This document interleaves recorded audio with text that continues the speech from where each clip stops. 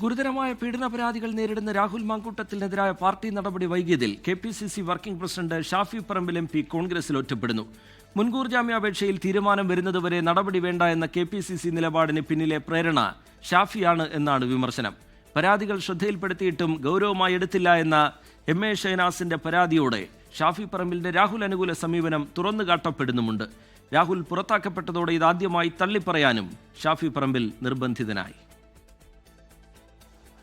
കോൺഗ്രസിന്റെ പതിവ് രാഷ്ട്രീയ പ്രവർത്തന ശൈലിയെ റീൽസിലേക്ക് മാറ്റിയെഴുതിയ മുല്ലപ്പൂ വിപ്ലവം.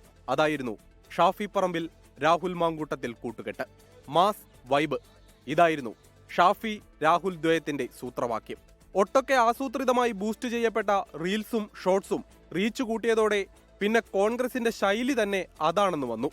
മാസും വൈബുമില്ലാതെ പിടിച്ചു നിൽക്കാൻ കഴിയാതെ വന്നപ്പോൾ മുതിർന്ന നേതാക്കളും വേഗത്തിൽ അതിലേക്ക് മാറി.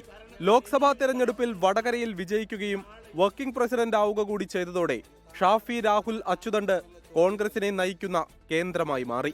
അപ്രതീക്ഷിതമായി രാഹുൽ സ്വയം കുഴിച്ച കുഴിയിൽ വീണുപോയെങ്കിലും ഷാഫി പ്രബലനായി തന്നെ നിന്നു.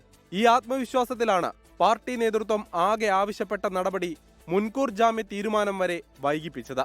എന്നാൽ രാഹുലിനൊപ്പം വീണത് ഷാഫി പറമ്പിലിന്റെ പ്രതിച്ഛായ കൂടിയാണ്. ഗുരുതരമായ കുറ്റം ചെയ്തിട്ടും തള്ളിക്കളയാതെ രാഹുലിന് സംരക്ഷണമൊരുക്കുന്നു എന്ന് വ്യക്തമായതോടെ ഷാഫി കോൺഗ്രസിൽ ഒറ്റപ്പെടുകയാണ്. ഈ തിരിച്ചറിവിലാണ് ഇന്നാദ്യമായി രാഹുലിനെ തള്ളിപ്പറഞ്ഞത്. പാർട്ടി കൂട്ടായിട്ട് ആലോചിച്ചെടുത്ത തീരുമാനമാണ്. വ്യക്തിപരമായി ഉണ്ടായിരുന്നൊരു സൗഹൃദത്തെ പൊളിറ്റിക്സിലേക്ക് കൊണ്ടുവന്നതല്ല.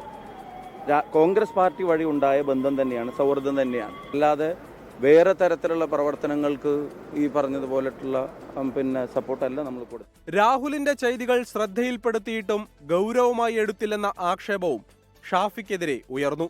ഞാൻ മെസ്സേജ് അയച്ച് പറയുകയാണ് ചെയ്തത്.